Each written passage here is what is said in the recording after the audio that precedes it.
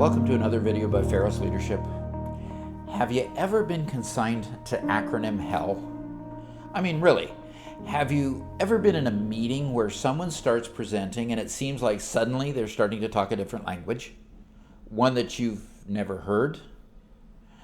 I have worked for my company for over 20 years and was in a meeting where a presenter used 22 acronyms that I did not know the definition of in the space of a 20-minute presentation.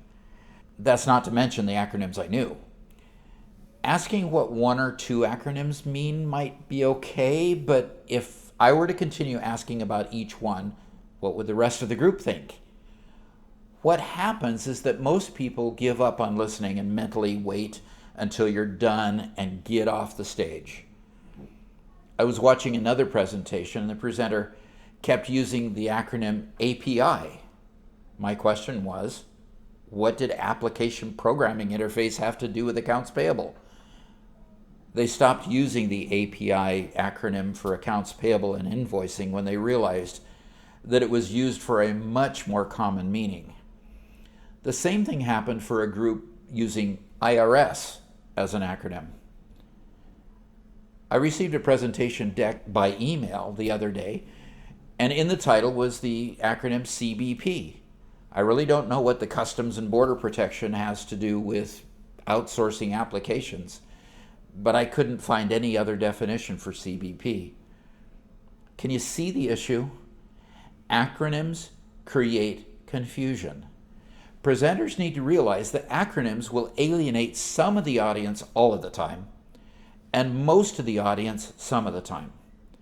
This is especially true when you're presenting to a large group of your peers that are tasked with different projects and are not familiar with the one you're presenting. I was reading a LinkedIn article by Nathan Tanner, an HR professional at LinkedIn, where he quoted an email by Elon Musk to all his employees at SpaceX from the year 2010. The subject line read, "Acronyms seriously suck." Now, I won't say that acronym out loud, but here's what he said. He says, "There is a creeping tendency to use made-up acronyms at SpaceX. Excessive use of made-up acronyms is a significant impediment to communication, and keeping communication good as we grow is incredibly important. Individually, a few acronyms here and there may not seem bad, but if 1,000 people are making these up over time, the result will be a huge glossary that we have to issue to new employees.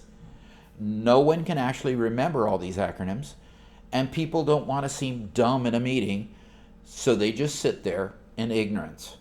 This is particularly tough on new employees." It's important to note that the CEO of SpaceX would recognize the negative impact of communication and felt it was critical enough to send an email to all his employees to address the issue. There are guidelines for when to use acronyms. For example, in writing, you always define the acronym the first time you use it. A reader can always pause their reading and refer to the definition in the beginning of the document. When you're presenting, there's no real guidelines, except that whenever you use an acronym, you risk losing someone in your audience. A speech filled with acronyms and jargon will give the audience the impression that you're trying to impress by deliberately talking over their heads. This rarely will have the expected result. The conclusion to draw from this would be to never use acronyms. Remember, there is nothing more disappointing or frustrating for a listener than hearing a presentation that you don't fully understand simply because the presenter was using language that was confusing. Thanks for listening. I hope you come back and see us again. Thanks. If you enjoyed the content that you saw today and would like to help me grow the channel, hover your mouse over my picture to the left and click on subscribe. There are also other videos showing on the screen that you might enjoy.